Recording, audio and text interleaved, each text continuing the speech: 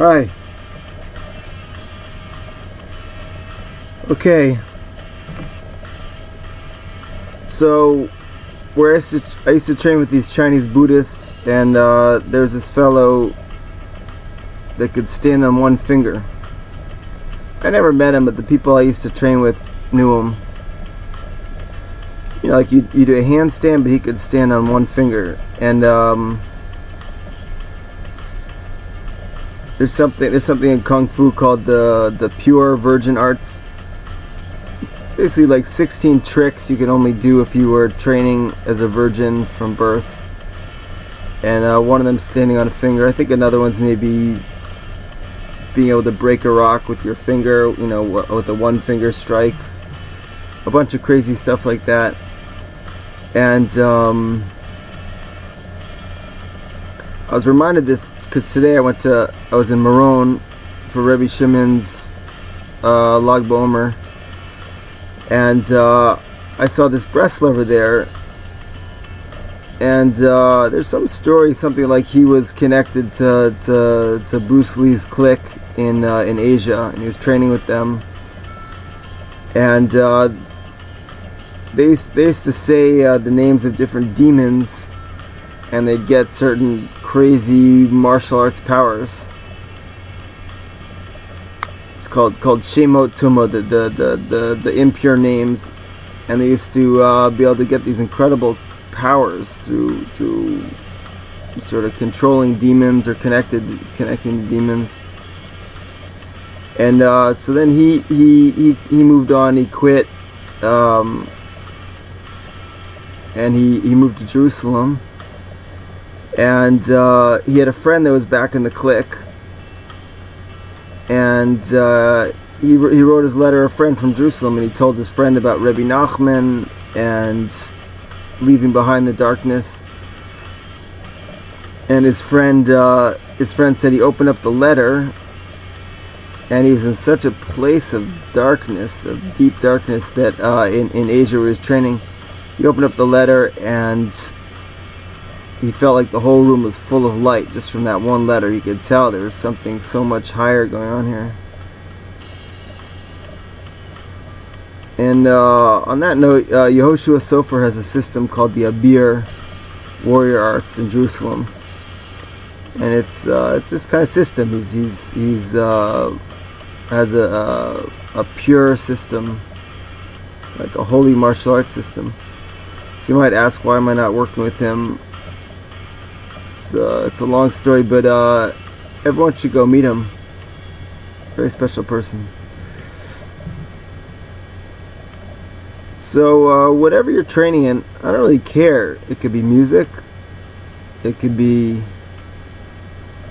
your relationship, it could be martial arts, it could be Judaism, whatever you're training in, the idea is to take it to the max with the best master trainer and the best friends to train with. And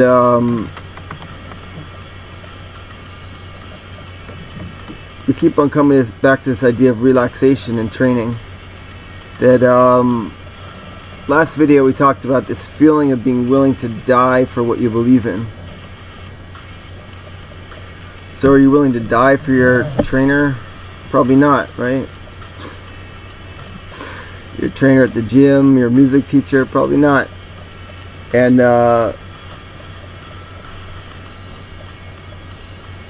it's a tricky thing, all this being willing to die. You don't want to be willing to die for the wrong thing.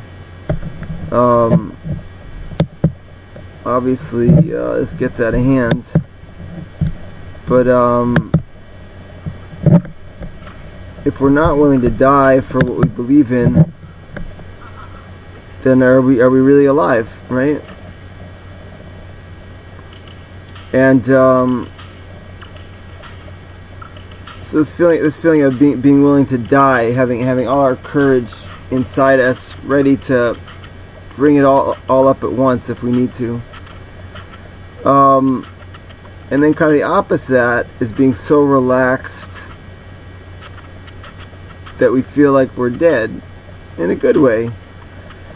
In yoga, at the end of the session, we practice what's called the corpse pose. You lie on your back with your palms up, and it's a real classic thing in yoga, and you just make your body like a corpse. You're so relaxed that you're like a corpse, and you go into this state of what's called yogic sleep, which is you're half awake, half asleep, and your body starts to regenerate.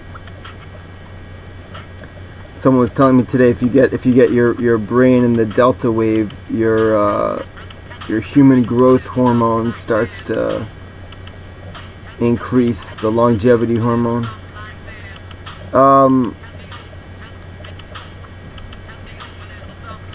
So this is the idea in training, is to be systematic about it. We pick whatever we're training in, and when we train in it, we completely put our all into it. And then, naturally, we have to rest. You can take weightlifting, for instance. One classic way of training is to max out 2 different muscle groups every day. You max out your forearms and your thighs. You'd work them to the point of absolute exhaustion. You let them rest. And the next day work another 2 sets, right? But you can apply that to whatever. If you're training in my method that I teach, then you practice with all your energy, everything you got, and then you rest for as long as you need to. But when you rest, you completely rest, and then you go back into the training full on. Because a lot of people are always telling me they don't have energy to train, right? So that doesn't make sense, because you can always rest. Part of the training is rest. And when you rest, to completely rest, the brain at rest, you're not worrying, you're not thinking you should be doing something. And then when you start training, you put everything into it, total rest and total action. Now the ideal is to do them both at once. So you're never really maxing out, you're never resting. You're just all the time giving everything your all from a completely relaxed state. But that's like a higher level that very few of us, including myself, have attained. My Rebbe seems like he's in that state most of the time. So speaking of my Rebbe, to train properly here, I need you to decide who your top coach is. Your top Rebbe, your top master, your top guru, your top coach, your main friend, whatever you want to call it. Whatever your trip is. Whatever your trip is. And it's really a trick. Because most of who you're dedicated to, they're not the general, they're not the real head here. They're not the head of the generation, but I need you to find that out on your own, right? And so I'm into cult busting, right? If you're attached to someone that's not truly the best for you, it's my job to help show that to you, and I'm certainly not going to tell it to you. I'm gonna help push you towards whoever you think is the best influence in your life. And then a lot of the time you'll realize that they're not the greatest. It doesn't matter who I think's the greatest. It doesn't matter who you think's the greatest. It matters what plays out over time, right? This is old school. So where do I come in? Well, if you don't have a better method than my method, you can train in my method. And if you don't have better masters than the people I know, you can connect to one of them. My main one doesn't talk to women at all, but I have some women that talk to him through me. But it doesn't have to be through my head coach. We need to find who you're most excited about in the world, not who I'm most excited about in the world. If it coincides, then we got a real game, right? But it can't be forced. If you're for sure something that you're doing is at a higher level than things I'm doing in my life. So even though I'm sort of playing teacher here, for sure there's an aspect or aspects of your life that are more developed than certain aspects of my life. So the fun here is that you also try to school me in what you're good at and figure out the part of that I need. For instance, a lot of guys I train with in martial arts, they're much better at me at the speed or strength, brutality, and that could come in handy. So back to that idea that you might be feeling too exhausted to put yourself into some kind of training. First of all, everything is training, right? Every act of every day is we can use it as training. That's the direction of the method that I teach, and I'm very excited about it because it's I constructed it to give you no way out. Whatever you're doing, any moment of any day, you can be using it to develop. So you don't really have to train separately from your life. For instance, working with your breath. Every moment of every day you could work with your breath and have incredible benefits. This all reminded me of, there's this interesting teacher who puts people on 1-year meditation retreats. A 1-year solo meditation retreat, right? And he said that most people would sleep for the first 2 weeks of the retreat. They just couldn't wake up. They'd try to meditate, solitary, and they just were exhausted. And they'd come to him sort of embarrassed, apologizing. He'd say, "No, it's fine. You, like everyone, are completely running on empty." So that's why a lot of people quit in the beginning. You start some deep kind of healing, meditation, spiritual process, and it helps you feel how exhausted you are. And then you feel like, oh, I have no energy to go on. It's the opposite. You should keep practicing in a way that makes you more and more relaxed, and then rest as much as you need to, and then get back in the game. It's like in sports, right? You get injured, go to the trainer, get rehabbed, get back in the game. That's the real process here. The real masters, the real leaders, the real training. It puts us through a lot, and it puts us through a lot.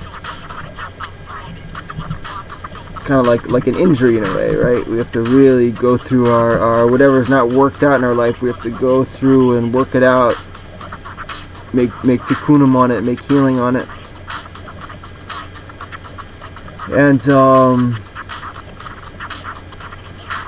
yeah, so again, the idea of today's video is that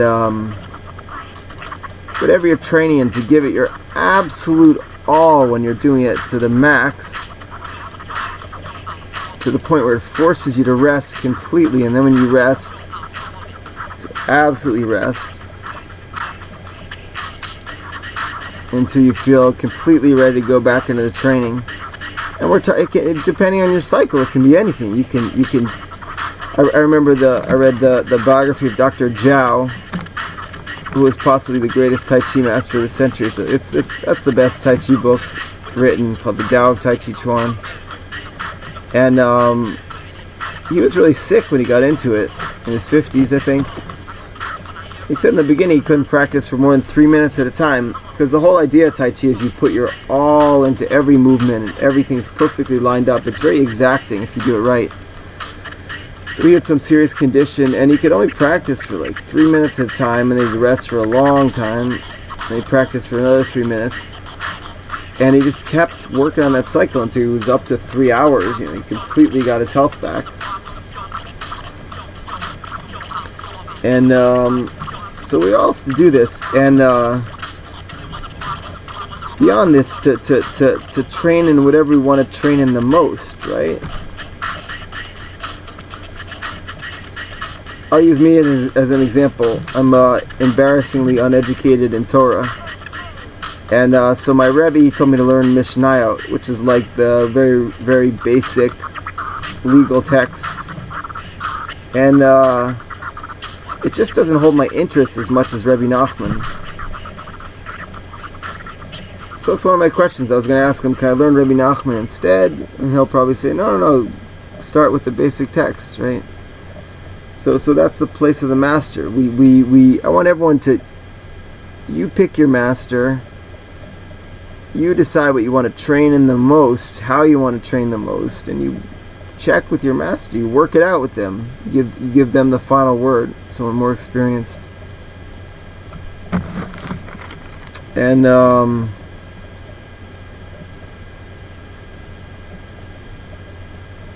yeah, so, and again, this feeling of being ready to die for what we believe in, what we're training in.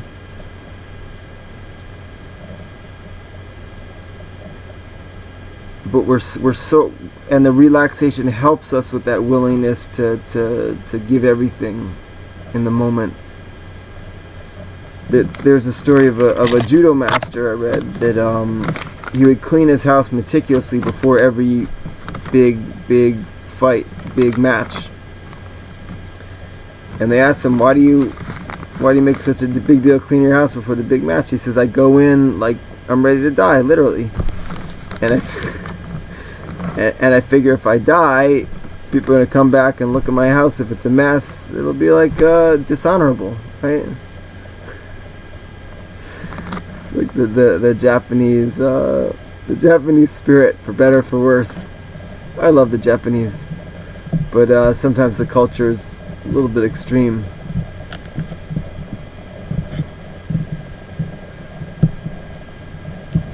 Yeah, there's a Native American saying too. It's I think it's Hokahe. It means today's a good day to die. They say that like before going into battle. So I don't want people to spin this the wrong way. I'm not at all teaching violence or anything like this. It's more just this energy that we're willing to give absolutely everything into what we're doing. And it's just a symbol. It's a symbol of giving everything.